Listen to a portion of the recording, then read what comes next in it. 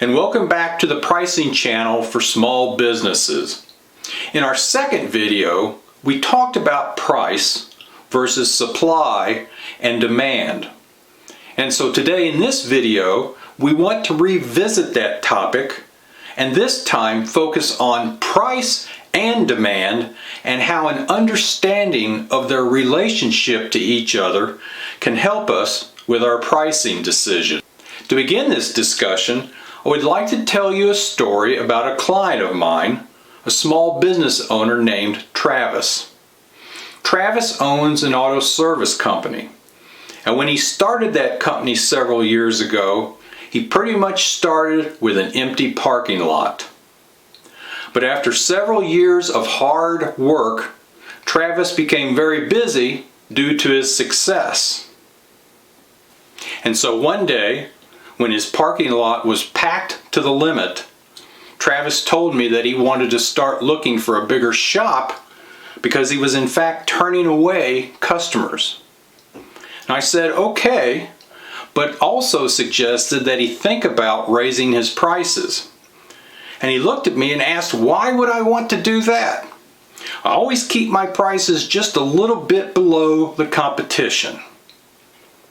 So why did I suggest to him that he should raise his prices? Well, let's talk about price and demand. So how did I know that Travis had a good case for raising his prices? Well, he told us that relative to his supply to provide service to his customers, his customer demand was in fact higher than his supply. And in our second video, we talked about supply versus demand and price. And one of the things we mentioned there was that when demand is greater than supply, price goes up. And so let's talk about demand and price in a little more analytical manner. Many years ago, it was discovered that price and demand had a special relationship. And this special relationship was named the Reverse S-curve, as shown on the slide. And on this curve, we plot price on the x-axis, and we plot demand for something on the y-axis. And what we can see from the curve is that when price is either very high or it's very low, there's very little change in demand.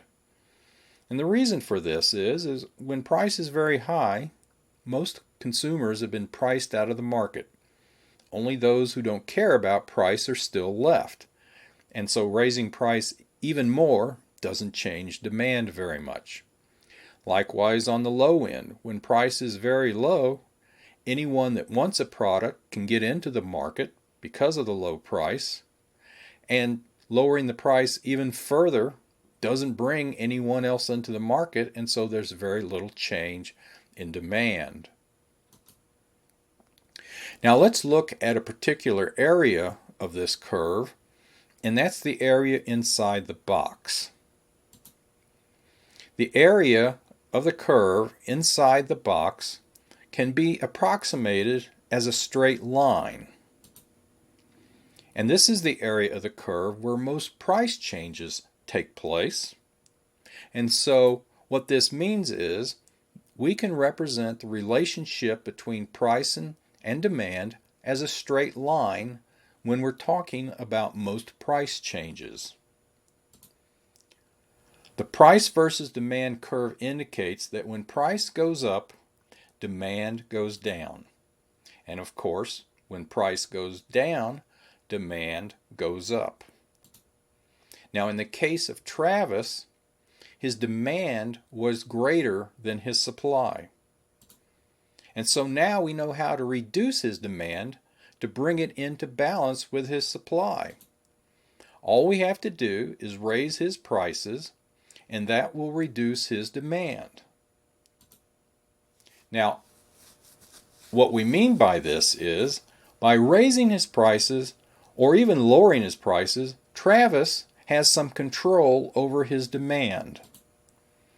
And because of this, maybe he will not need to go shop for a bigger shop, but also with higher prices, he's going to make more gross profit on each sale.